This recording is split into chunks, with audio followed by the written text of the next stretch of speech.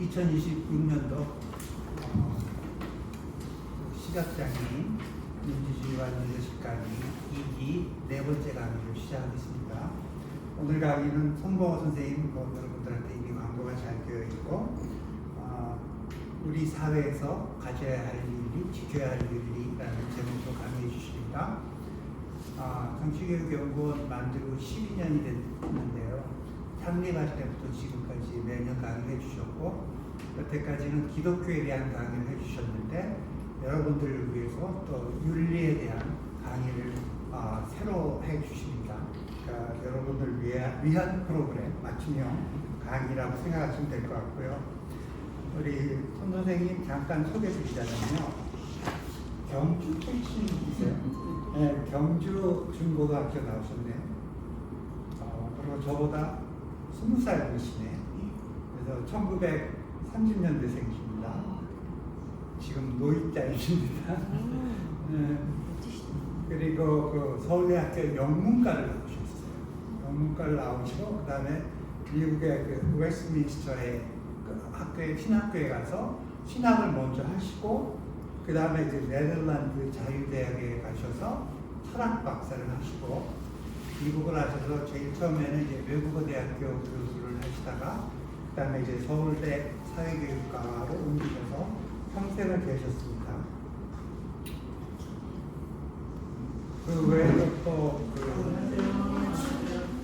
네, 조용히 앉아주세요. 그 외에도 그 고려신학대학교 석좌 교수를 하셨고요. 제가 알기에는 그 고려신학대학이 굉장히 보수성이 심한 그 신학교를 하시는데 아무튼 거기서 직업근무하셨고 한성대학교 이사장님을 하셨고 공덕여자대학교 총장님을 하셨어요. 그러면서 이제 지금부터 사회운동 한 거를 몇 가지만 소개해 드릴 텐데 글자가 잘 보여야 될 텐데 그죠?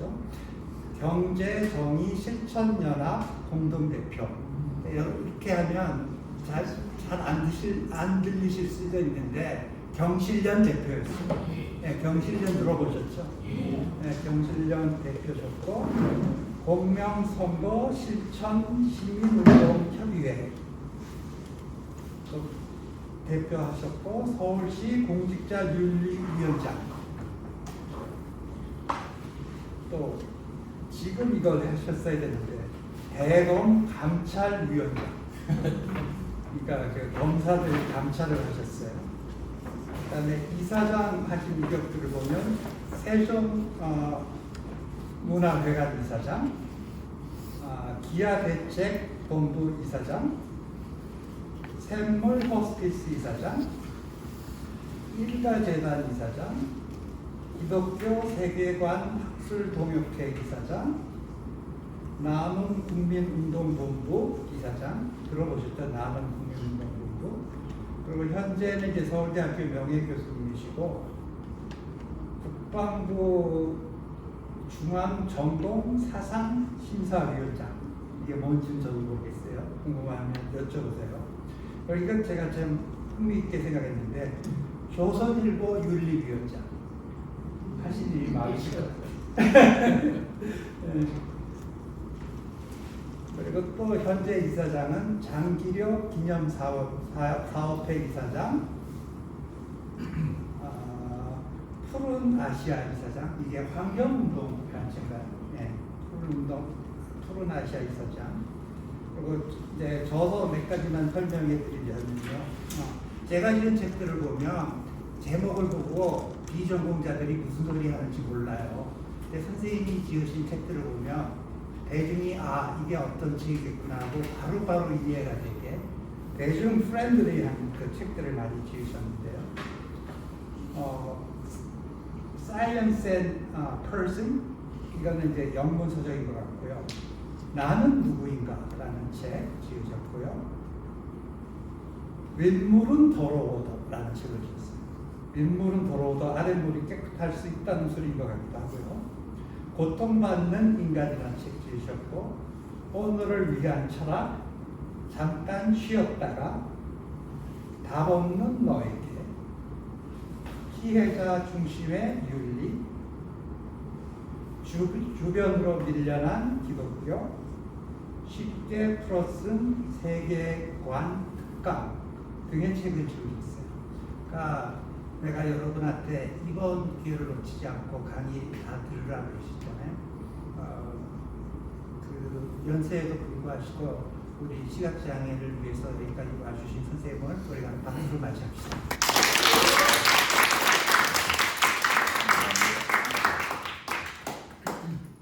네, 여러분 안녕하십니까?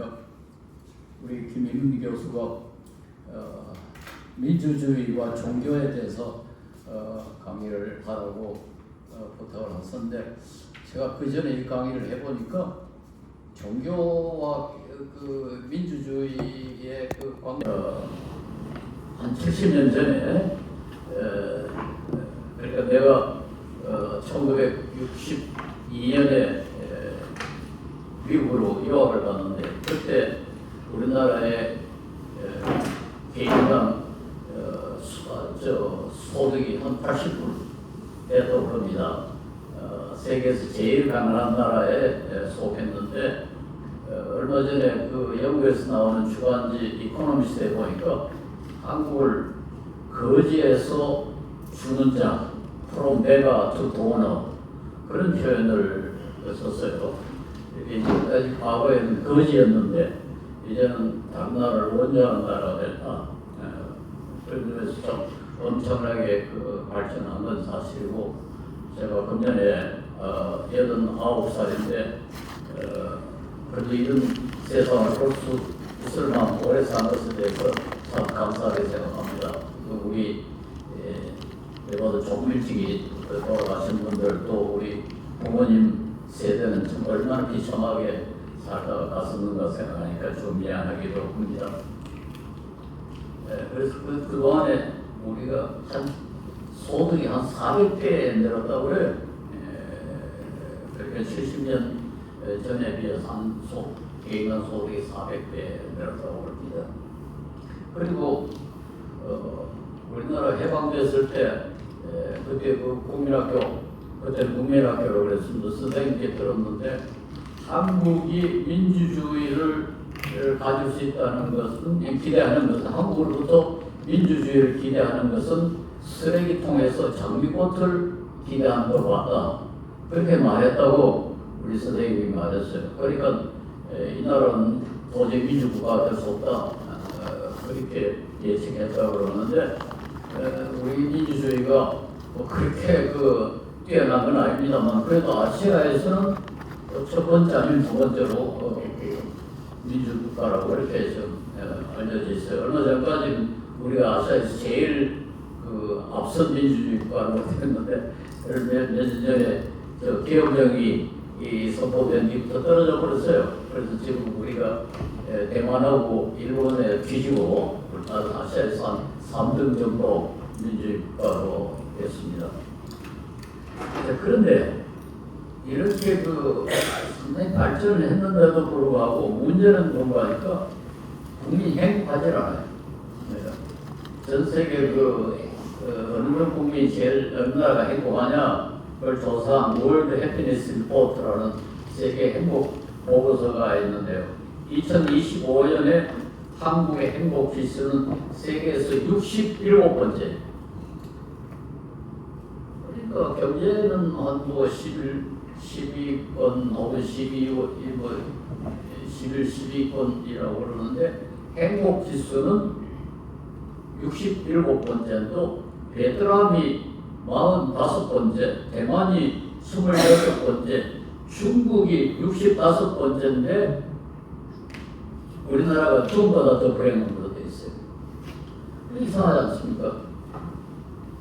이게 우리 수수께끼 왜 한국 사람은 경제적으로도 상당히 괜찮고 또 민주주의도 왜 이렇게 됐는데 왜 이렇게 불행할까? 여러 가지 이유가 있겠죠. 그때 나는 제일 심각한 문제가 한국 사람이 경쟁심이 너무 강하다. 서로 비교, 저 사람 뭐다, 저 사람 뭐다. 이건 이 한국개발연구원의 김희삼 연구원이라는 분이 몇 년 전에 조사를 했는데요. 한국, 미국, 중국, 일본 네 나라 대학생 각각 1000명씩에게 질문을 했습니다. 당신이 다녔던 고등학교는 다음 세 가지 중에 어느 것에 속합니까? 근데 세 가지가 뭔가니까 함께하는 광장이었는가, 그래서 사이좋게 함께 지냈던 광장이었는가, 아니면 거래하는 시장이었는가, 이렇게 주고받고 하는 그런 시장인가. 세 번째, 사활을 건 전쟁, 죽고 사는 것을 위해서 다투는 전쟁터였는가. 당신들이 다녔던 고등학교는 이 세 가지 중에 어디에 속했느냐, 그렇게 질문했어요. 그런데요, 한국 사람들이 함께하는 광장이었다고 생각하는 사람은 12.8%에 불과해요. 근데 사활을 건 전쟁이었다고 생각하는 사람은 80.8%예요. 그러니까 고등학교가 이게 완전 전쟁터였다. 그런데요, 미국은 전쟁터였다고 생각하는 학생이 40%고, 중국은 41.8%고, 일본은 13.8%로 앞서있잖아요. 그런데 우리 한국은 사활을 건 전쟁이 여담하는 사람이 80.8%였어요. 그러니까 우리 한국인들이 얼마나 경쟁적인가 하는 것을 알 수가 있어요. 이제 경쟁이라는 거 이게 없을 수는 없어요. 그리고 또 어느 정도 경쟁이 있어야 사람이 활력을 가질 수 있고 열심히 또 노력하고 그러지 않습니까? 경쟁이 전혀 없으면 사회가 발전하지 않아요. 그런데 문제는 경쟁이 페어해야 된다, 공정해야 된다. 요새 좀 월드컵 경기를 하는데 그 제일 중요한 게 이 선수들이 룰을 잘 지키는 거죠. 그 룰을 안 지키고 경쟁하면, 축구를 하면 이건 난장판이 되어버린단 말이에요. 이렇게 경쟁이 심각하면 할수록 그 경쟁이 공정하게 이렇게 해야 되는데 이게 또 잘 안 돼요. 경쟁심은 굉장히 강한데 그 경쟁이 페어하게 이루어지지 않다. 우선 우리나라의 그 투명성 지수, 어느 정도 사회가 부패했느냐, 이걸 영어로는 트랜스페런시 인덱스라고 그러고, 혹은 또 커럽션 퍼셉션 인덱스라고 합니다. 부패 인식 지수, 어느 정도 우리 사회가 부패했다고 하느냐, 그걸 조사를 해보니까 한국이 25년에 이렇게 지난해죠. 세계에서 31번째로 공정한 사회라 그렇게 평가가 됐어요. 그리고 우리나라의 역시 그 경제 수준이나 학문 수준의 민주주의 수준에 비해서 상당히 뒤떨어져 있잖아요. 31번째. 그런데 다른 나라를 한번 봅시다. 일본은 18번째. 부탄이라는 좀 가난한 나라입니다. 그 나라도 18번째. 대만이 24번째인데 우리 한국은 31번째로 나와 있어요. 그러니까 상당히 부패해 있다. 적어도 사람들이 우리 사회가 부패해 있다고 그렇게 보는 겁니다. 부패했다는 말은 경쟁이 공정하지 못하다 하는 걸 뜻하거든요. 예를 들어서 우리나라의 보험 사기가 12.9%라고 합니다. 근데 미국은 10%, 프랑스와 캐나다는 6%, 영국은 3.7%, 일본은 1% 보험 사기가. 그런데 우리나라 보험 사기는 매일 늘어나요. 이게 줄어지는 게 아니고 늘어나요. 몇 달 전에 우리나라 보험연구원 원장을 우연히 만났는데 그분이 굉장히 걱정을 해요. 보험 사기가 자꾸 늘어난다. 이러니 사기가 늘어난다는 말은 경쟁이 공정하지 못하다는 것을 결국 뜻하는 거 아닙니까? 그러니까 사람들이 불행할 수밖에 없다. 그래서 이걸 우리가 도덕 불감증이라, 비도덕적으로 행동하는 양심의 가책이었고, 그럼 어때? 하는 식의 그런 사고방식이 너무 많다. 너무 크다는 거죠. 그렇게 23년에 그 조사를 해본 걸 보니까 우리 6만 원 이상의 이익이 생기는 탈세할 수 있다고 생각하는 사람이 10사람 가운데 7명이라고. 6만 원만 이익이 생긴다면 탈세하겠다. 70%가 그렇게 생각한다는 거예요. 그 다음에 고등학생의 40%가 10억이 생긴다면 잘못을 저지르고 1년 감옥 살 각오가 되어 있다. 그렇죠. 기가 차죠. 10억만 벌 수 있다면 감옥 1년 살겠다. 그렇게 생각하는 고등학생이 40%가 됩니다. 여러분, 이거 우리나라가 도덕적으로 후진국이라는 걸 알 필요가 있습니다. 경제적으로 민주주의에서는 선진국이고 이 교육 수준이나 다른 분야에서는 상당히 앞서 있는데 도덕적으로는 매우 부진된 나라다. 그래서 제가 이 돌아다니면서 이제 이런 강의를 하는 겁니다. 이게 좀 우리가 좀 달라져야 되지 않나? 제가 지난달 말에 미국에 가서 교포들을 좀 만나는데 우리 교포들도 그래요. 미국에서 별로 정신하지 못해. 그래가지고 교포 지도자들 만나가지고 이래가지고 당신 후손들이 아주 3등 시민이 돼가지고 천대받는다. 이렇게 해서는 도저히 안 된다. 좀 운동을 일으켜가지고 좀 정직한 국민으로 이름이 나도록 좀 해봐라. 이렇게 좀 강조를 하고 왔어요. 그런데 비도덕이 어떤 문제를 가져오느냐? 비도덕은 다른 사람에게 해를 끼칩니다. 자기에게는 좀 이익이 될는지 모르지만은 다른 사람에게 해를 끼치는 것이 제일 큰 문제예요. 해를 끼친다는 말이 뭡니까? 아프게 한다는 뜻입니다. 모든 그 부정적인 것은 끝이 아픈 겁니다. 우리 사람이 모두가 예외 없이 싫어하는 게 있어요. 아무도 좋아하지 않고 모두가 싫어하는 게 있는데 그게 뭔가니까 고통입니다. 고통. 여러분은 아마 누구보다 더 이걸 느낄 겁니다. 고통.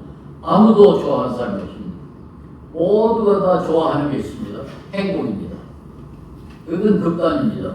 왜 행복을 좋아하는 건 이유가 없습니다. 그리고 왜 고통을 싫어하는 것도 이유가 없어요. 무조건 싫어요.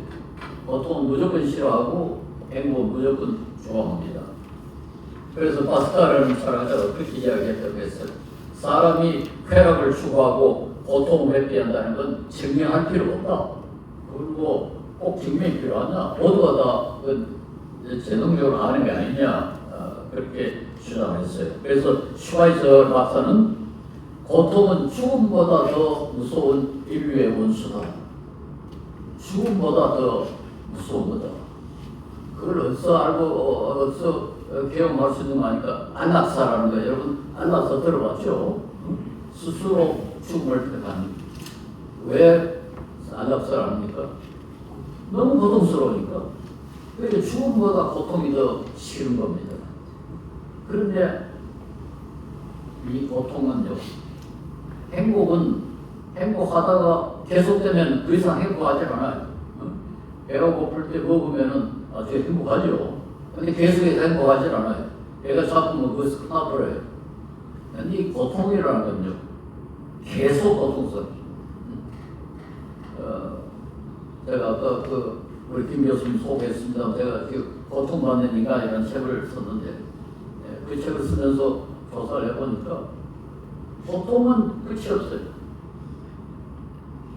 그런데 이 고통의 원인이 없어지기 전까지는 계속해서 고통스럽습니다.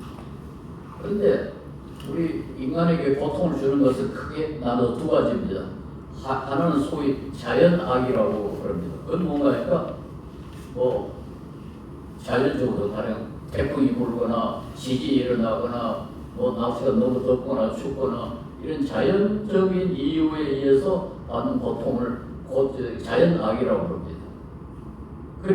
그런데 이 자연악은 상당 부분 그래도 많이 이 사람들이 과학 기술을 통해 가지고 거쳤어요. 제가 어렸을 때는 많이 굶었거든요. 나도 치구리도 캐먹고 소나무 껍질도 벗겨먹고 아주 어렸을 때입니다만 그런 걸 해봤어요. 그런데 그동안에 우리 경제가 발전해가지고 이제 배고프진 않잖아요. 그러니까 과학과 과학 기술을 개발해가지고 자연학은 상당할 정도로 준철해졌어. 여러분이나 이까지 그 장애 때문에 고통을 계속 당합니다만, 그러나 옛날에 비해서는 그래도 뭐 이제 점잖은 책을 읽을 수 있고, 옛날 같은 뭐 그런 것도 없었잖아요. 그런데 이제는 사람이 고통을 당하는 것은 사람에게 고통을 주는 것은 그 자연이 아니라 사람입니다. C.S. 루이스라고 이 기독교 문필을 만드는 케임브리지 대학 교수인데, 이 사람이 쓴 그 고통의 문제라는 책에 보면은 인간이 당하는 고통의 5분의 4는 다른 사람이 당한다. 인간이 당하는 고통의 5분의 4는 다른 사람에게 당한다. 그러니까 부패라든가 도둑질이라든가 사기라든가 이런 것들이 즉 사람에게 고통을 가한다는 거죠. 그런데 사람이 가하는 고통은 자연이 가하는 고통보다 더 잔인할 수가 있고 더 오래 갈 수가 있습니다. 그래서 저는 이 사람이 사람에게 고통을 가하는 이걸 좀 줄여야 된다. 그 자연도 물론 자연이 주는 고통도 줄여야 되겠지만 사람이 사람에게 주는 고통 이게 줄여야 된다. 그래서 인류는 역사를 통해 가지고 적어도 3가지 제도를 만들었습니다. 사람이 다른 사람의 고통을 가하지 않게 하는 제도가 3가지가 있는데요. 이게 뭐 제일 약한 것이 예의라는 겁니다. 예의. 그 다음 2번째가 도덕이고 3번째가 법입니다. 예의라는 건 뭐 다른 사람 기분 나쁘지 않게 하는 정도의 그 제도에 다른 사람이 나에게 무례하게 행하면 좀 기분이 나쁘죠. 그러나 뭐 그 정도는 그렇게 뭐 심각하지 않아요. 그런데 예의는 제일 가벼운 그런 뭐 고통을 막는 방법이고, 그보다 좀 더 나은 건 이제 윤리 혹은 도덕이라는 겁니다. 그건 다른 사람에게 상당한 해를 끼치는 못된 짓을 하고 훔치고 때리고 이렇게 하는 게 예의 도덕 비도덕적이죠. 그런 사람을 상당히 괴롭게 하는 건데 그걸 막기 위한 제도를 갖다 도덕이라고 합니다. 그러자 가장 강한 것이 법입니다. 법은 사람을 뭐 죽이거나 사람에게 강도질하거나 상당히 큰 해를 끼치는데 그걸 못하게 하기 위해서 만든 제도가 법이에요. 그래서 예의, 도덕, 법 이 3가지가 인류가 만들어 놓은 즉 사람이 사람에게 고통을 가하지 못하도록 막는 제도인데요. 윤리, 오늘은 그 3가지 가운데 좀 윤리에 대해서만 이야기를 좀 하겠습니다. 윤리라는 걸 우리가 뭐 복잡하게 정의할 필요 없어요. 옛날에는 윤리라는 걸 너무 이제 양심이라는 것에 호소를 했어요. 모든 사람에게는 양심이 있으니까 양심대로 하면 된다. 그리고 윤리라는 걸 착한 사람, 윤리적인 사람을 착한 사람, 그러니까 주관적인 것에 너무 관심을 썼어요. 그래서 유명한 독일의 철학자 칸트조차도 선한 의지는 선한 의지가 중요하다. 즉 내가 착한 생각을 가진 것 그게 중요하다. 그 행동하는 사람의 의지에 소설을 했어요. 그런데 나는 이건 개개목은 윤리다. 이 윤리는 자기 양심이라든가 자기가 얼마나 착한 사람이 되는 거가 중요한 게 아니라 다른 사람에게 해를 안 끼치는 거다. 그게 중요하지 내가 얼마나 착한 사람이 되는 거가 그렇게 중요하지 않다. 물론 내가 착한 사람이 되면은 다른 사람에게 해를 안 끼치겠죠. 그러나 초점은 거기에 있는 게 아니고 내가 착한 사람이 되는 게 아니라 내가 다른 사람에게 해를 안 끼치는 거다. 다른 사람에게 해를 안 끼친다는 말이 무슨 말입니까? 직접 간접으로 다른 사람에게 고통을 가하지 않는 거죠. 그러니까 다른 사람에게 고통을 가하지 않는 사람이 생겨나야 많아져야 사람의 행복지수가 높아질 텐데 우리나라에서는 사람이 사람에게 비윤리적으로 행동하고 법을 어기고 신뢰하고 그러니까 한국 사람들이 불행해졌다. 그러면 이 윤리라는 것이 법은 물론 그 국가에서 그 강제력으로 지키도록 하는 거니까 그건 뭐 국가가 알아서 해야 할 일이고 물론 우리는 이제 가능한 법을 지켜야 되겠죠. 그러나 윤리는 자발적인 거니까 우리가 서로의 대해를 끼치지 않아야 된다. 근데 뭐 가장 심각한 것, 가장 많은 비윤리적인 행동이 뭡니까? 거짓말입니다. 속이는 그렇잖아요. 우리 대부분 사람들이 거짓말을 너무 많이 해요. 특별히 우리 한국인이 좀 거짓말을 좀 많이 하는 편이에요. 그래서 이게 내가 좀 미국에 가서 우리 교민들한테도 그걸 경고를 했는데 그 도둑질하고 속이고 제가 옛날에 상당히 오래전입니다. 미국에 갈 일이 있어가지고 아침에 호텔에 좀 나가서 신문을 좀 봐야 되겠다 싶어서 길가에 나가니까 그때는 미국 돈 25전짜리를 이렇게 놓으면 뚜껑이 뭐 열려요. 신문이 이렇게 쌓아놓고 이렇게 닫아놓으면 25전을 열면 뚜껑이 열려요. 그럼 신문 하나 빼고 닫아놓으면 또 다른 사람이 와서 25전 넣는데 내가 이걸 25전을 놓고 신문을 빼려니까 저쪽에 어떤 사람이 닫지 마세요! 누가 꽝을 쳐요. 한국 사람이에요. 이렇게 보니까 그 사람이 딱 와가지고 신문을 하나 쑥 빼더라고요. 그러니까 이제 자기는 돈 25전 안 넣고 신문 하나 뻔히 아닙니까? 그때 속으로 야 이게 그냥 큰일 났다. 미국에서 우리 교민들이 이따위 짓을 하면은 미국 사람들이 우리 한국 사람을 뭐를 보겠나. 그래가지고 저때 그때 충격을 받아서 이제 이번에 가서도 그 이야기 했어요. 이래가지고는 당신들 후손이 두고 불명예스러운 그런 3등 국민으로 이 욕을 먹을 거다. 그러니까 지금부터 문화를 좀 바꿔라. 그렇게 예를 했는데 제가 그때 예를 든 것이 프랑스어로 프랑스의 그 사전에 보면 단어가 시노아라는 단어가 있어요. 시노아. 그게 그러니까 뭐라고 되어 있는가 하니까 중국 사람이라는 뜻이 있고 그 밑에 보면 시끄러운 그런 뜻이 있어요. 같은 단어인데 중국 사람이라는 말과 시끄럽다, 부정적으로 많이 떠들고 야간 그랬는데 그런 뜻이거든요. 그게 사전에 한번 올라가 놓으면요, 없어지지 않습니다. 그러니까 사람들이 중국 사람하고 동시에 뭘 생각하는 거야? 시끄러운 놈들. 이렇게 딱 인사를 적도록 만들어 놨다고요. 만약에 나중에 뭐 한국인 하면 거짓말하는 놈들 이렇게 되면 어떻게 하겠는데? 그래서 내가 이번에 가서 그랬어요. 정직한 것이 이게 적은 문제가 아니다. 이게 우리나라를 위해서, 한국을 위해서, 명예를 위해서 필요하고 여러분의 후손이 3등 시민 그 욕을 안 먹는 데 필요하고 미국 사회도 이익이 되고 이렇게 정직운동을 좀 하십시오. 그렇다고 하는데 비도덕적인 거짓말 다른 사람에게 직접 간접으로 해를 끼치는 겁니다. 그런데 거짓말이라는 건요, 사실대로 말하지 않는 것은 다 거짓말이다. 칸트라는 철학자가 그렇게 정의를 했어요. 그런데 프랑스의 철학자 콩상스라는 사람은 그렇지 않다. 어떤 거짓말은 나쁘지 않다. 그랬어요.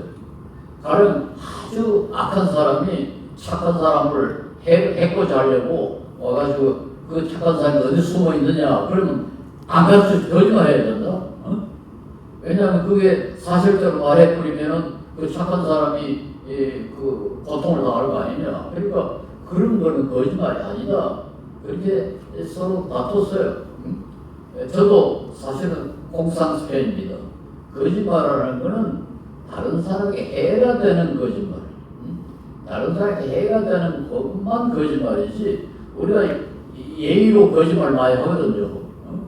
예를 들어서 내가 어디 가니까 우리 친구가 너 밥 먹었냐? 내 그 친구가 나를 밥 사줄 의무를 느낄 수 있잖아요. 그러면 내가 그때 밥을 안 먹었으면 나 밥 먹고 왔다 거짓말해. 그래야 그 친구가 부담을 안 느끼지. 아니 너 좀 사실대로 말해버리면 그 친구가 좀 돈이 없는데도 불구하고 나를 대접해야 되잖아요.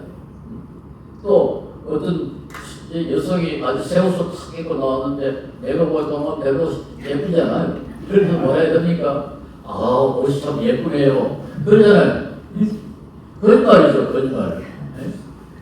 그러나 그런 거짓말은 나쁜 거짓말이 아닙니다. 그러니까 사실대로 말하지 않는 것이 거짓말이 아니라 다른 사람에게 직접이나 간접으로 해를 끼치는 거짓말.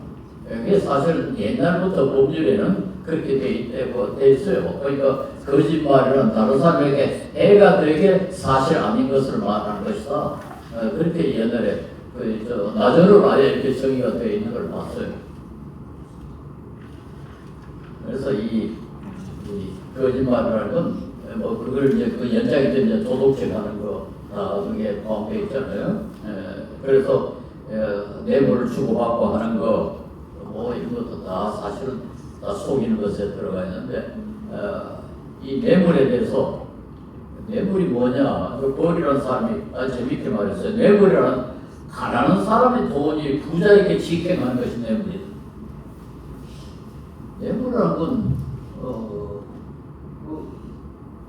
권력 없는 사람이 권력 있는 사람이 또 주는 게 그게 뇌물인데 결과적으로 어떻게 되는 거니까 가난한 사람의 돈이 부자에게 가는 게 그게 뇌물이다. 결과적으로 그렇게 된다는 거예요. 우리 사회에 뇌물을 자꾸 안 주고 받고 하면 결국 가난한 사람은 뇌물을 줄 수 없어가지고 점점 더 가난해져. 부자는 뇌물을 줄 수 있으니까 그 때문에 덕을 봐가지고 점점 더 부자가 되고. 그래서 결과적으로는 가난한 사람의 돈이 부자에게 직행하는 것이 뇌물이다. 또 세계은행은 부패란 줄인 사람이 먹는 빵을 빼앗는 행위다. 배고파가지고 지금 빵 하나 먹으라고 그거 빼앗는 게 그게 바로 뇌물이라는 거지. 부패라는 거. 이게 모두 이 가난한 사람이 또 약한 사람이 손해를 본다. 그런 뜻입니다. 혹시 여러분께 뭐이 옛날 그 동양레이온이라는 회사 기억이 나시는지 모르겠습니다. 상당히 오래전 이야기입니다. 동양레이온이라는 회사가 있는데 그게 무슨 상당히 독성이 있는 그런 공기가 나오는지 하여튼 그런 걸 생산하는 공장이에요.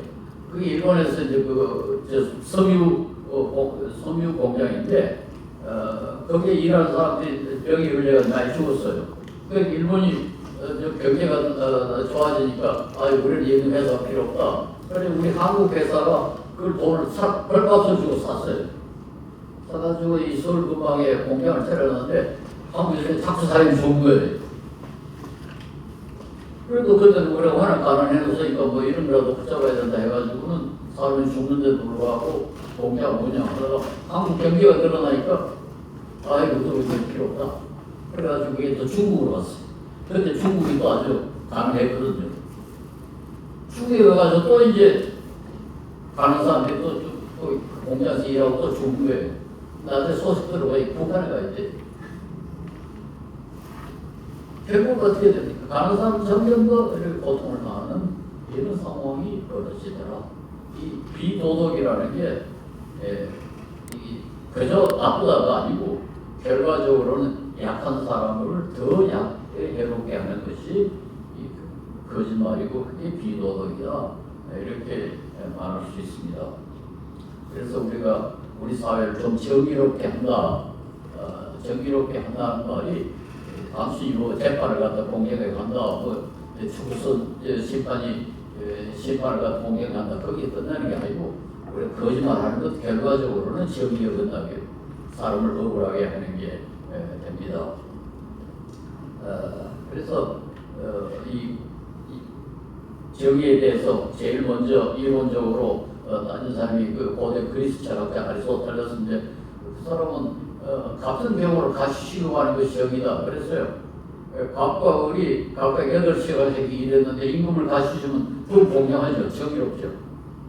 그런데 만약에 갑에게는 갑은 얼굴 잘생겼다 해가지고 임금을 많이 주고 을은 얼굴 좀 못생겼다 해가지고 적혀주면 그 불공정한 거 아닙니까?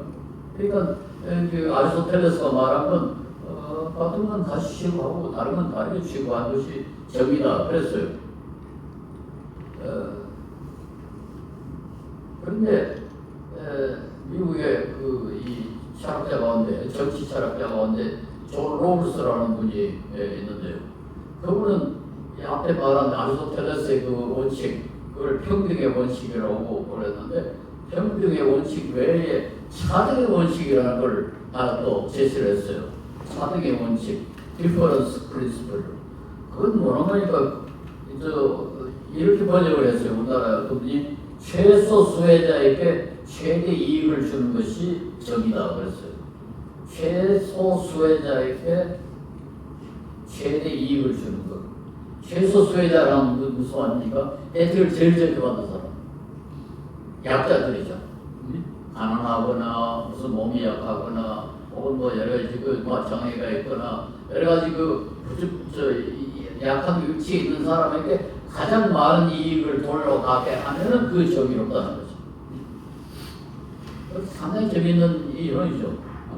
그러니까 최소 수혜자에게 최대 이익을 주는 것, 그게 정의다. 이게 저는 상당히 중요하다고 생각합니다. 그 말은 뭡니까?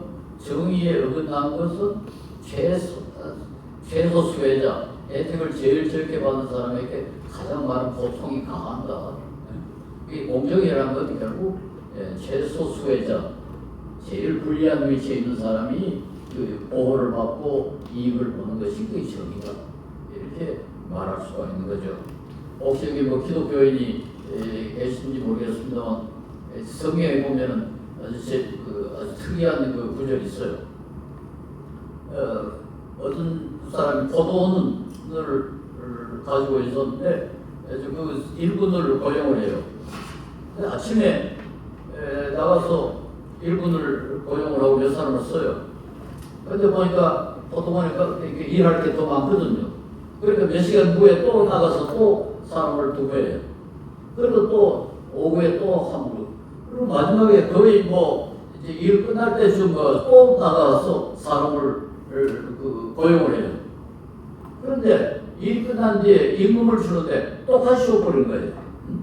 아침에 새벽부터 일하는 사람하고 마지막에 뭐 거의 끝날 무렵에 일을 시작한 사람에게도 임금을 같이 줘버립니다. 그러니까 아침에부터 일하는 사람이 항의를 하죠. 왜 우리는 때까지 4주 일했는데 그리고 저 사람은 조금밖에 일 안 하는데 임금을 다시 줍니까? 그러니까 주인이 아니 내가 약속한 대로 뭐 한다 그러고 말았는데 그것에 대해서 아주 재밌는 해석이 있습니다. 왜 그랬을까? 근데 성경에 나오는 그 예는 말하는 그 주인은 하나님이거든요. 하나님을 이제 예를 그 사람으로 그렇게 표현한 건데 하나님이 그렇게 불공평하냐? 왜 어떤 사람은 아침에 어디 일하는 사람에게도 1시간밖에 일하는 사람에게 똑같이 주느냐? 근데 어떤 분이 아주 재미있게 참 내가 보기에는 올바르게 주석을 해석을 했는데 포도원 주인이 아침에 이 사람을 고용할 때 어떤 사람을 고용했겠는가? 그런 상상을 해보십시오. 제일 일 잘하는 사람. 그렇지 않겠어요? 튼튼하고 몸도 튼튼하고 일 잘할 수 있는 사람 먼저 고용하지 않겠어요? 제일 마지막에 이 고용된 사람 어떤 사람이겠어요? 몸도 약하고 기술도 없고 뭐 별로 뭐 포도원에 들어가 봐야 일도 별로 못할 사람 그런 사람 아니겠어요? 응? 그러니까 그때까지 고용이 안 되고 있는 거 아니에요? 그런데 우리가 조금 더 상상력을 동원해 보면은 그 사람은 어제는 일했을까? 그전날 마찬가지죠. 그전날 또 어떤 그런 사람을 고용하겠어요? 또 그전날 그 말은 무슨 말일까요? 그 사람은 계속해서 일을 못했다. 그러면 어떻게 꿈을죠? 문제. 그러면 몸이 더 약해지죠. 그러면 더 이제 일을 못하는 거죠. 그래서 그 포도원 주인은 이 사람도 먹어야 한다. 이 사람도 먹어야 한다. 그 사람이 얼마나 그 포도원을 위해서 공헌했느냐가 중요한 게 아니라 이 사람에게 얼마나 필요하냐. 다른 사람 못지않게 이 사람도 먹어야 그 다음 일을 할 수 있지 않겠느냐. 그러니까 임금을 같이 줬다. 그렇게 해석을 해요. 그래서 이게 정의다. 이게 정의거든. 정의라는 걸 온 사람에게 똑같이 취급하는 것만이 그 정의가 아니라 가장 약한 사람에게 가장 미안한 그 이익을 주도록 하는 것도 정의다. 아주 중요한 해석이라고 그렇게 생각합니다. 예, 우리 부정직이라는 거 이거 다시 한번 뭐 모든 이 비도덕적인 것의 시작이 이제 그 거짓말 부정직인데요. 이게 대해서 우리가 좀 반성해야 할 것은 미안합니다만 우리 한국인이 좀 부정직해요. 하멜이라는 사람이 1653년에 하멜 표류기라는 책을 썼는데요. 이 사람은 대단한 선언입니다. 일본 대만에서 일본을 갖다 표를 파산을 해가지고는 제주도에 그 표를 해가지고 우리나라 그 관리들이 잡아가지고 한 3년 동안 갖다 놨다가 넣었어요. 그리고 한 3년 후에 도망을 써서 일본에 여러 도망을 쳐가지고 이제 자기 나라에 가서 책을 썼어요. 책이 그게 뭐 책을 쓴 게 아니라 밀린 임금 받는 보고서였어요.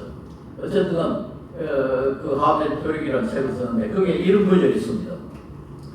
조선 사람들은 도둑질을 매우 잘하며 속이거나 거짓말도 잘한다.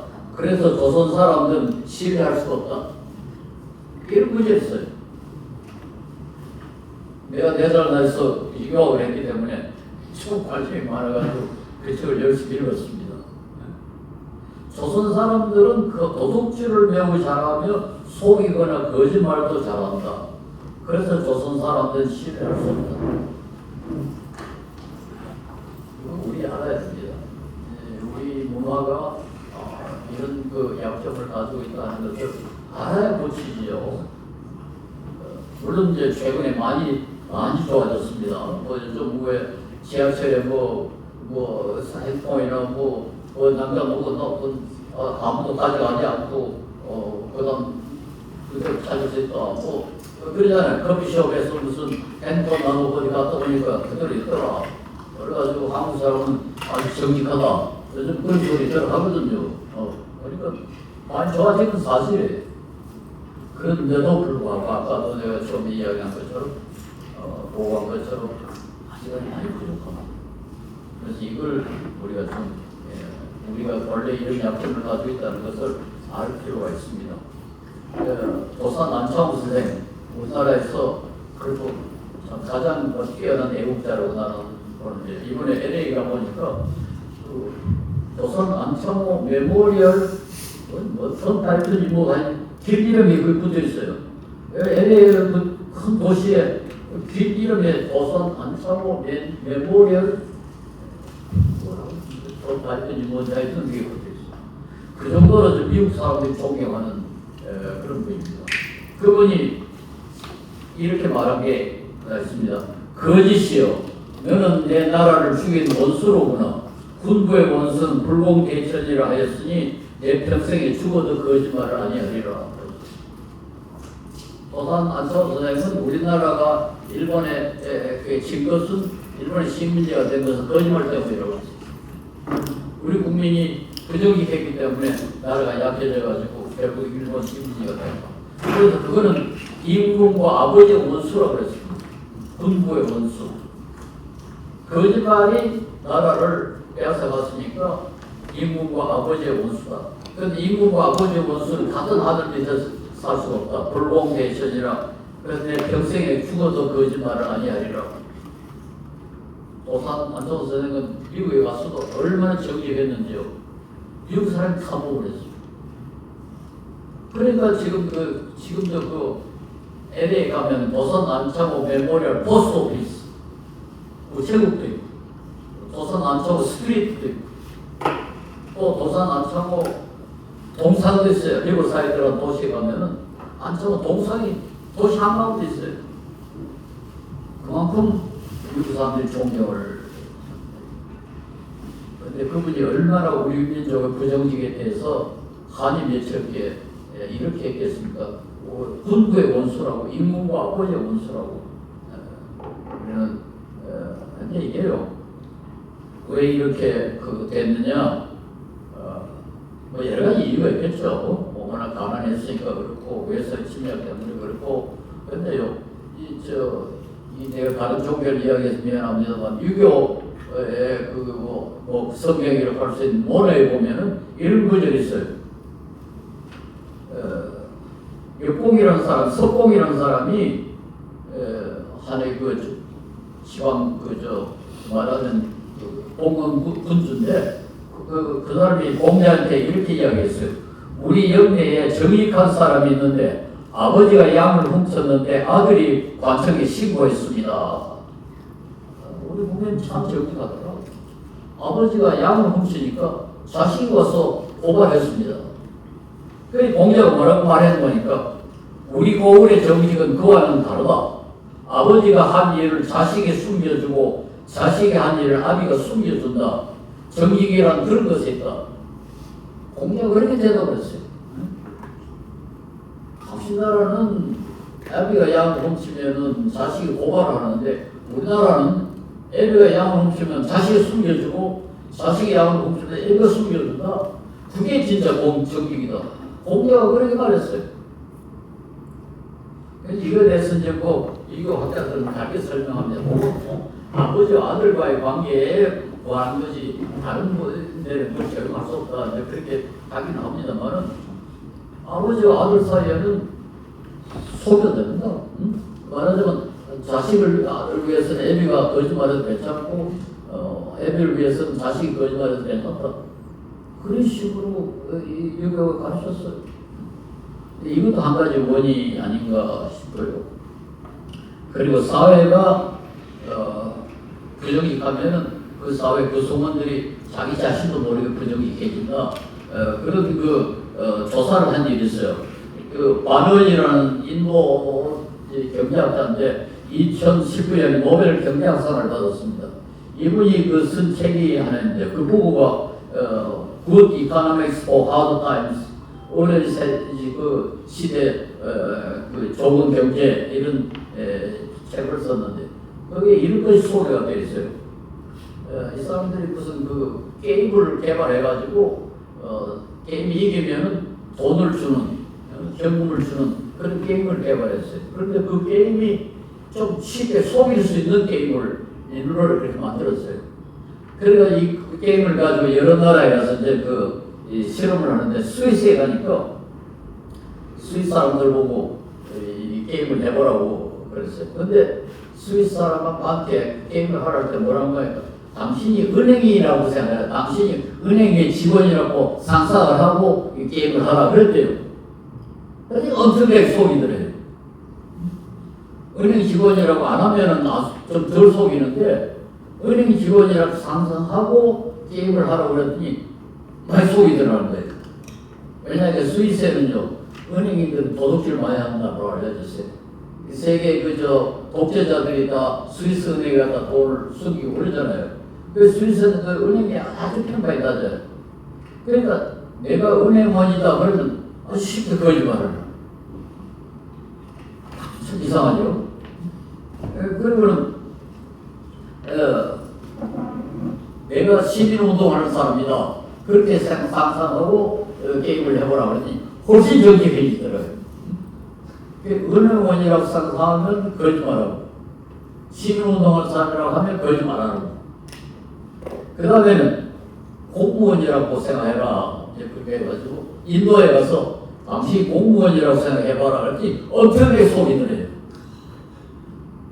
그런데 덴마크에 가가지고 당시 공무원이라고 생각해봐라 그랬더니 전혀 안 속이 들어요. 그러니까 인도에 가면은 공무원은 속인 놈들이다 이렇게 아예 평이 나와 있어요. 그러니까 막 속이는 거예요.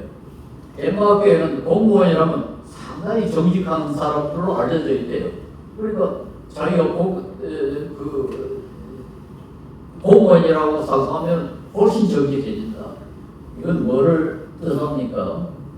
자기가 어떤 사람인가를 생각하는가에 따라서 어떤 부류에 속한 사람인가에 따라서 정직도가 달라진다. 그래서 우리 혼자서만 정직한 게 아니고 우리가 속한 이 공동체가 정직해야 우리도 정직해진다. 그걸 좀 말해주고 있어요. 그러니까 단순히 개인의 노력만으로 되는 게 아니다.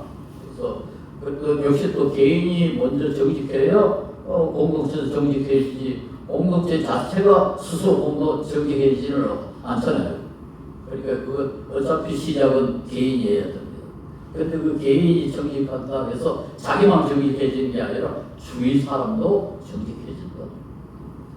그래서 우리는 내가 개인만 정직한 게 아니고 우리 내가 속한 공동체도 정직해지도록 노력할 필요가 있다.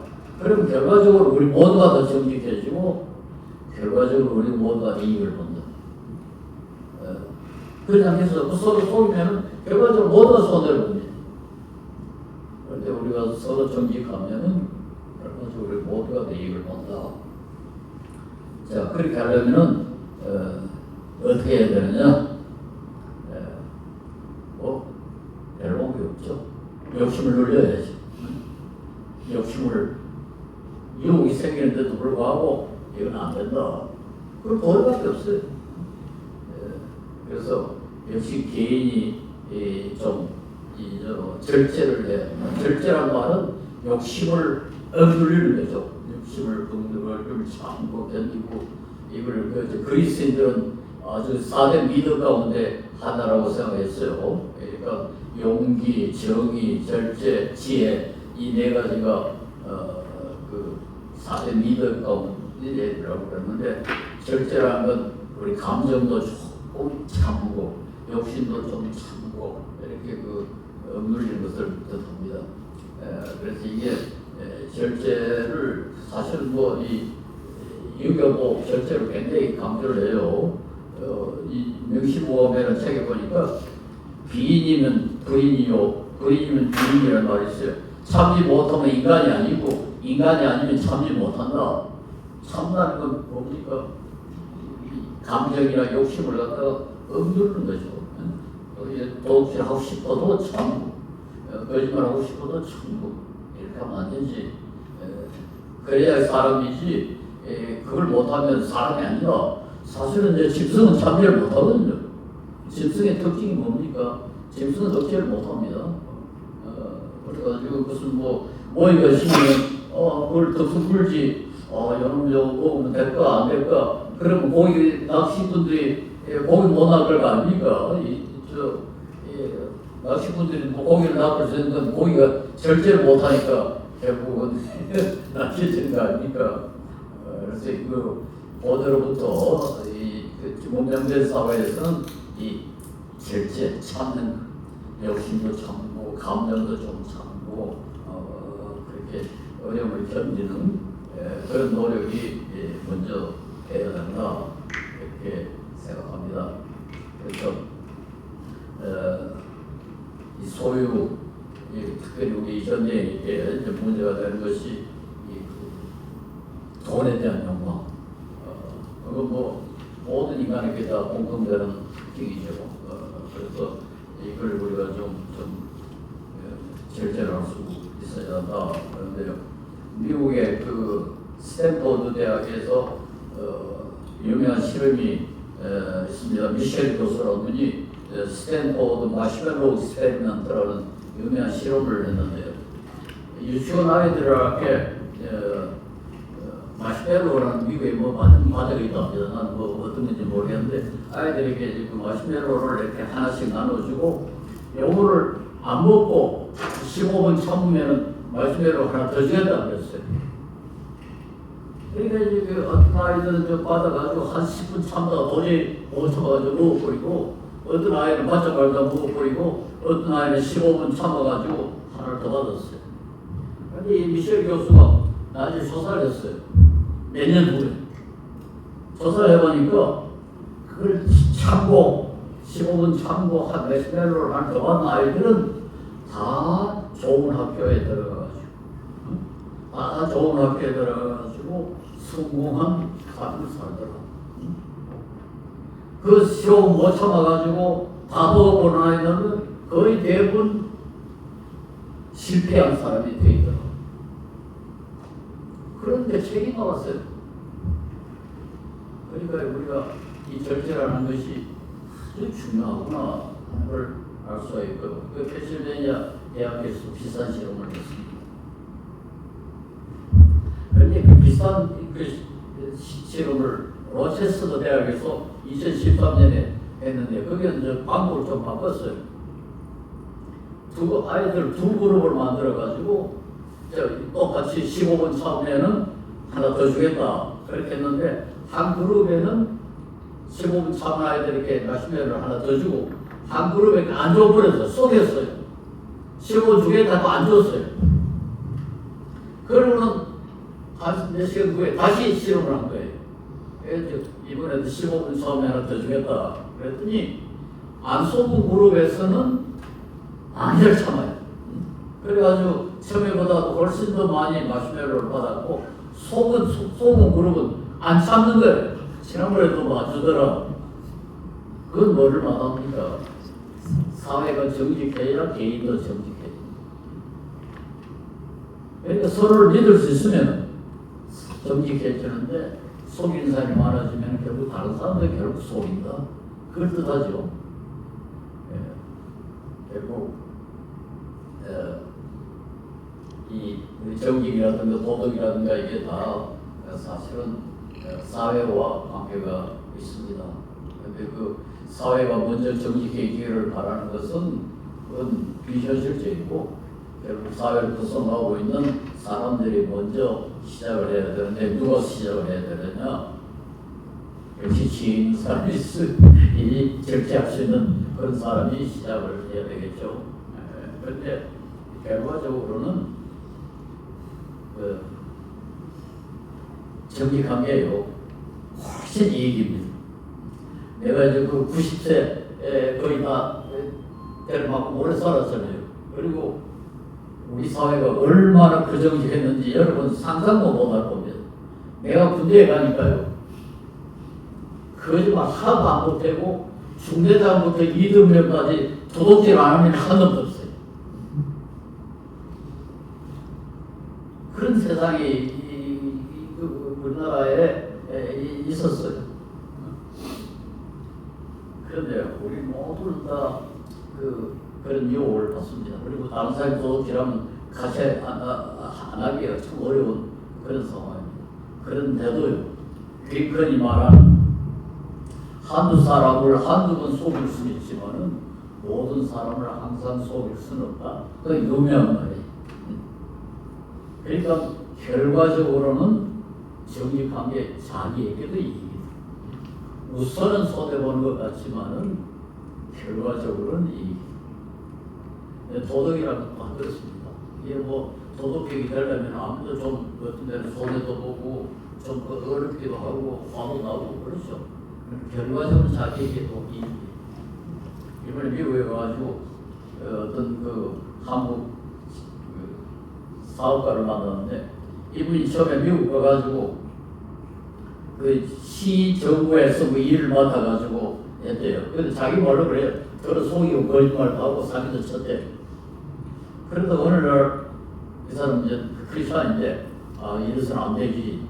그리고는 철저히 정직하기로 작정을 했대요. 그래서 하도 속이지 않고 아주 정직하게 일을 했더니 계속 일을 준다는 거예요. 요즘은 일을 너무 많이 배겨가지고 감당을 못하겠대. 결과적으로는 자기가 조금 손해보면서 정직한 게 훨씬 큰 이익을, 자기 이거를 그래. 뭐, 이 시에서 무슨 일만 생기면 자기한테 해달라고 그런다는 거예요. 그래서 우리가 지금보다 우리 한국인이 10%만 더 정직해지면 우리 국가 전체가 80조 원의 이익을 더 벌어요. 결과적으로 우리 모두가 다 부자가 된다 그런 말이죠. 그래서 여러분도 그 사회